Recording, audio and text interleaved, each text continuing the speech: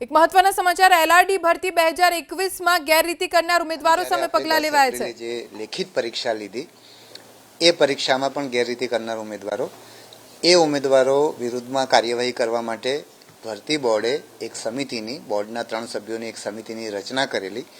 એ સમિતિએ એ ઉમેદવારોની સુનાવણી કરી અને સમિતિએ જે અભિપ્રાય આપ્યો એની સમીક્ષા ભરતી બોર્ડે કરી અને રાજ્ય સરકારને આ ઉમેદવારોને રાજ્ય સરકારની તમામ ભરતીઓ માટે 3 વર્ષ માટે ગેરલાયક ઠેરવવા માટે 37 ઉમેદવારો વિરુદ્ધ દરખાસ્ત કરેલી, જે રાજ્ય સરકારે માન્ય કરી અને 28/5 આ ઉમેદવારોને 3 વર્ષ માટે ગેરલાયક રાજ્ય સરકારની તમામ ભરતીઓ માટે ગેરલાયક ઠેરવવાનો જે નિર્ણય કર્યો એ ઉમેદવારો માટેની વિગતો અમે કારણો સહિતની વેબસાઇટ ઉપર મૂકેલી છે। એટલે આ ઉમેદવારો 28/5/24થી 3 વર્ષ માટે સરકારી ભરતી માટે ગેરલાયક ઠેરવવામાં આવ્યા છે।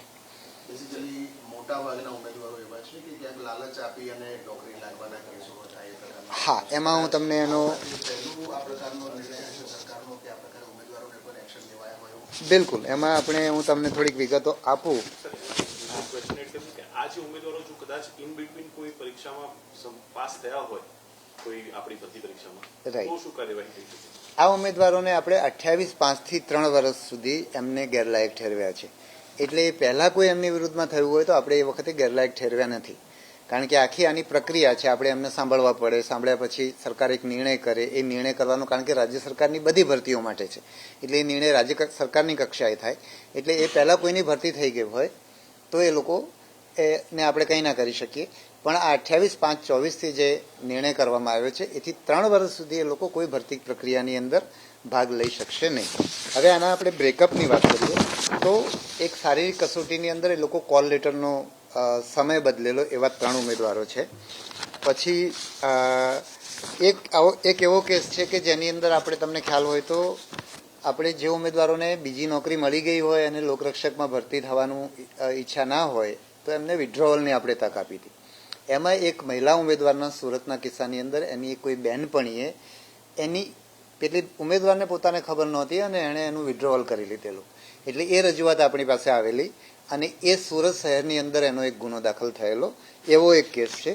રાજકોટ ગ્રામ્ય જિલ્લાની અંદર 4 ઉમેદવારો, રાજકોટ શહેરની અંદર ડીસીપી ક્રાઇમમાં જે ગુનો દાખલ થયો હતો જેની અંદર 18 ઉમેદવારો, તમને ખ્યાલ હોય તો એમાં એક આરોપી તરીકે મહિલા પણ હતા કે જેની અંદર 18 ઉમેદવારો મારી ભૂલ થાય છે, રાજકોટ શહેરમાં જે ગાંધીગ્રામ પોલીસ સ્ટેશનમાં 9 ઉમેદવારો। એટલે આ એવા ઉમેદવારો છે કે જેમણે લાલચ આપીને ભરતી થવા માટેનો પ્રયત્ન કરેલો હતો અને એવો જ એક અમદાવાદ શહેર ડીસીબી પોલીસ સ્ટેશનનો ગુનો છે જેની અંદર 18 ઉમેદવારો કે જેમણે એમાંથી ઘણા ઉમેદવારો ગુજરાત બહારના પણ હતા, જે લોકો અહીંયા એક સંસ્થા સાથે રહીને મતલબ એ ટ્રેનિંગ લેતા હતા અને એમને ભરતી કરાવી દઈશું એમ કરીને એમની પાસે પૈસા લેવામાં આવેલા।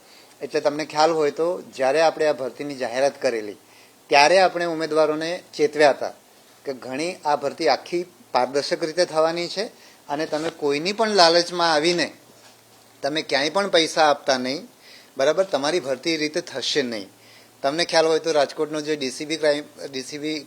ગાંધીગ્રામ પોલીસ સ્ટેશનનો જે ગુનો રાજકોટ શહેરનો છે એમાં તો ઉમેદવારોને એવું કહેવામાં આવેલું કે ભાઈ તમે શારીરિક કસોટી નહીં આપો તો પણ તમે પાસ થઈ જશો।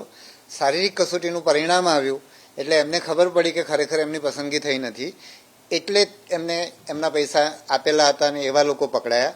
એટલે આપણે ઉમેદવારોને પહેલેથી ચેતવેલા કે તમે આવી કોઈ વસ્તુમાં પડશો તો તમારા પૈસા જશે, પણ આપણે અત્યારે એક સ્ટેપ આગળ ગયા કે એમના પૈસા તો ગયા અથવા તો એમણે આવી લાલચમાં ઉમેર્યા। અત્યાર સુધી આપણે જે લોકો એમને ફસાવતા હતા એમની વિરુદ્ધમાં જ આપણે કાર્યવાહી કરતા હતા, પણ જે લોકો આમાં ફસાય છે અને આવો ભરોસો રાખીને ખોટી રીતે સરકારી નોકરીમાં દાખલ થવાનો પ્રયાસ કરે છે એવા લોકોની વિરુદ્ધમાં પણ આપણે આ કાર્યવાહી કરી છે અને આમાંની મોટાભાગની સંખ્યા એવા પ્રકારના લોકોની છે।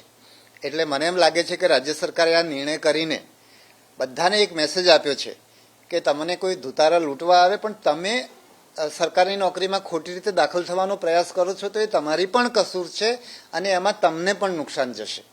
એટલે એવા કેસીસ પણ એવા મોટાભાગના કેસીસ એવા છે। એટલે આના માધ્યમથી રાજ્ય સરકાર એક મેસેજ મોકલવા માગે છે કે તમે કોઈ રીતે આની અંદર સંડોવાશો નહીં. બધી ભરતી પ્રક્રિયા પારદર્શક રીતે આપણે કરી રહ્યા છીએ અને એમાં તમે તમારી મહેનત કરી અને શ્રેષ્ઠ આપવાનો પ્રયત્ન કરો. આ પોર્ટલના સંદર્ભમાં જે ચાલુ ભરતી છે એ ક્યારે ફરી ખોલવાનું જે છે તે આયોજન? હા, એક પ્રશ્ન એ છે કે આપણે એ વખતે એપ્રિલ મહિનામાં જ્યારે આપણે આ લોકરક્ષક અને પીએસઆઈની જાહેરાત આપી હતી અરજીઓ મેળવવાની, તો એ વખતે પરીક્ષાની સિઝન હતી અને પરિણામો આવ્યા નહોતા. એટલે ઉમેદવારોની રજૂઆત હતી અને આમ પણ આપણે ચોમાસા પછી લેખિત શારીરિક કસોટી લેવાના હતા.